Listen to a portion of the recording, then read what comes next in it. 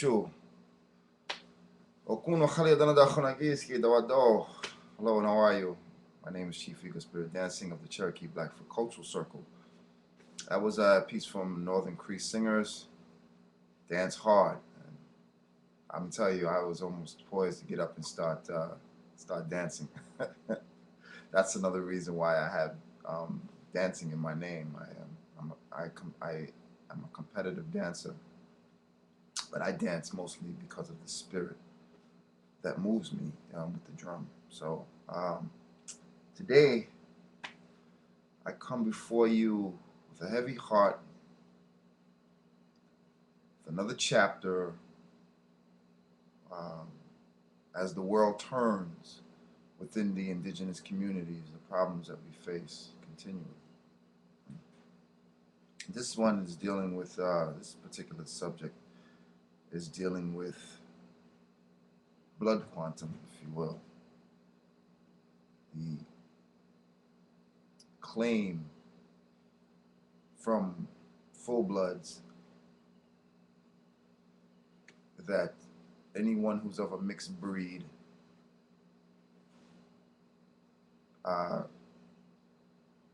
is less Indian.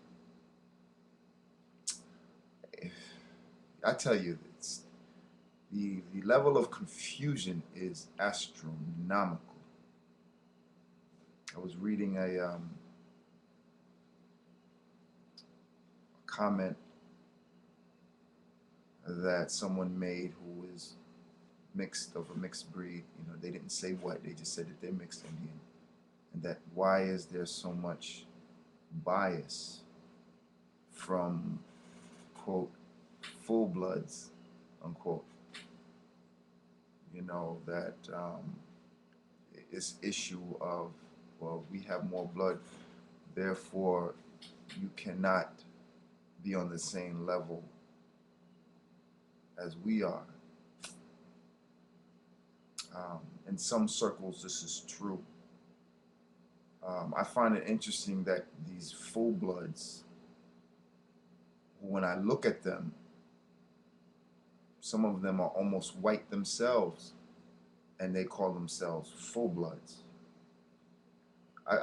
This really has my attention today because, you know, retrospectively speaking, the historical inaccuracies or perpetuations, if you will, of the image of the indigenous peoples here has not been portrayed truthfully.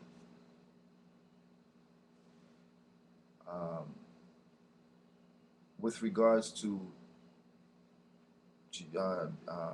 demography, ethnography, depending on which part of the country you were in, you were of a much darker hue. And I say that because, you know, the pictures that we see in the movies, they show high yellow Indians, if anything red, that I have ever seen. Mostly maybe the Comanche, the Lakota, the Dakota. They show these Indians who are on the silver screen mostly, and their complexions are high yellow. High yellow.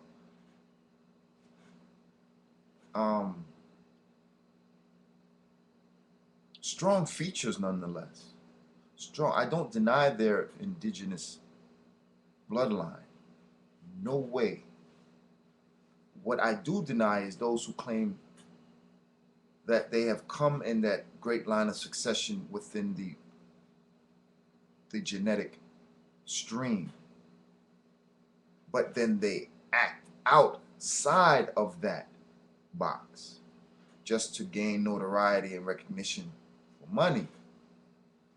You claim that you're Indian, but yet you're doing everything opposite of what an indigenous person is. And I mean the values, honesty, the truths, the mores, the norms. You know, I'm not talking about what we wear on the outside, our cars, our houses, our picket fences.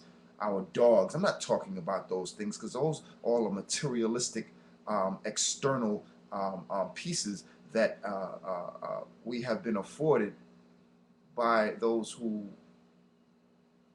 have invaded our lands and supposedly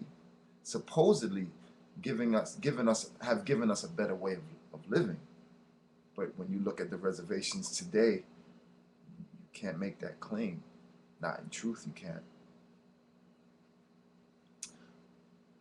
So I wanted to really expound on this because some people seem to be a little blinded by the fact that blood quantum, how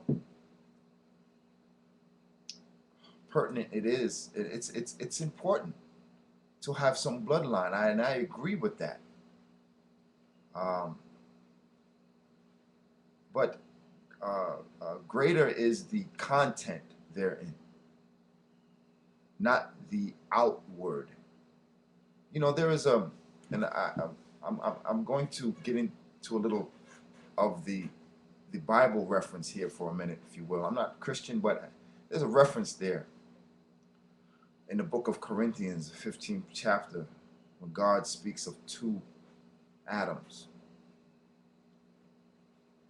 It says that there is the body terrestrial and the body celestial. What does that mean? It's talking about the spirit and the knowledge of creation from God himself. That's within. That's the celestial Adam.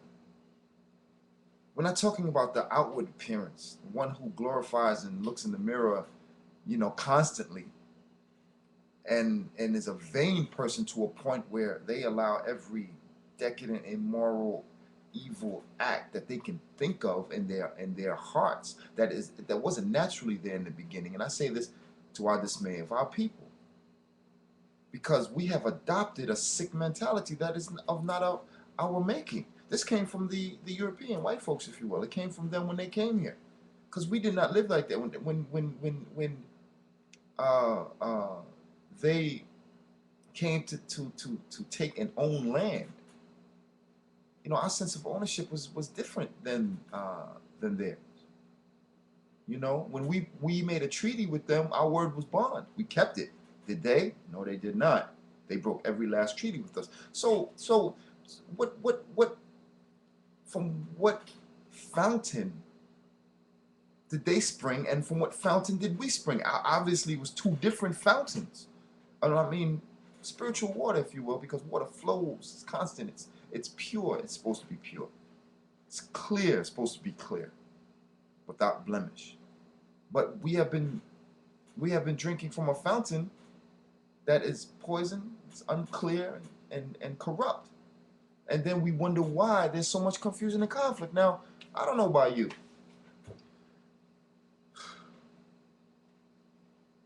When you're at war, you don't marry your enemy. So many of us hate ourselves so much that we've gone out of our communities to look like those who have hurt our people. Now, some people will say, well, you're talking about white people? Well, yes, I am. So many of us, because of as a result of being conquered, nearly destroyed, nearly wiped out, some of us felt as though we didn't have a choice. And I'm talking about the 1800s, all of the tribes that have been removed, those who managed to escape, or through fear, or maybe through genuine love. Hey, it happens. Human beings fall in love with each other, regardless of what color they are. I understand that. I'm saying that here we are today, now we're complaining. The full-bloods are complaining that the half-breeds, I consider myself a half-breed, by blood, but in spirit, I'm a full blood in spirit. Which is interesting because I have Indians both sides of my family. My father is black and Indian, and my mother is black and Indian. I don't know, fractions, two halves make a whole. So I consider myself to be a black Indian. All right, fine, right? I'm accepted in most circles because of my complexion and my hair texture. I do have indigenous hair, if you will. But I have darker Indians that I know of. Some with straight hair, some with kinky hair. They would be called African American. My chief is black, and he looks quote unquote African American, but he's my chief, and I love him. That has nothing to do with his actions, his exterior. We did not discriminate. I said this in one of my other videos, that we did not discriminate based on color. Matter of fact, if there were people that came amongst us who had good medicine, if you will, we accepted them. And being that white people had already fostered slavery, and there was a growing concern amongst indigenous communities that these people were spreading their madness. Black people from the plantations running off the slave ships were coming into contact with indigenous peoples, and therefore they married into some indigenous tribes, especially up here in the East Coast. They saw it an opportunity to bring these Africans in, if you will, marry them, have children, and build up warriors within the society to fight these people, because they realize and recognize we got a problem. These people are coming here with they're enslaving these darker peoples coming from Africa, and some of them are fleeing, and coming into our communities. And of course, like the Good Samaritan on the side of the road, you go reach out and help. Nothing wrong with that. So this was worrisome to the European, and it was of a benefit to the indigenous peoples. Now, there were white people who came here with good intentions, and they were also adopted into our communities. No problem, right? But here's the flip side now. Listen to this. Here's the flip side. Today we have a growing number of white people that are engaging in indigenous practices and doing things within our communities. Some of them are of a detriment because they're whispering in people's ears and doing things almost equivalent to what their forebears did. Playing the divide and conquer game. I'm going to wrap up this first part. See me in the second part of Blood Quantum, Indians being looked at by other indigenous peoples who quote full bloods by the half bloods. Half bloods, full bloods. It might more than likely this is going to be the title of this this program is going to be Half Bloods, Full Blood Quantum.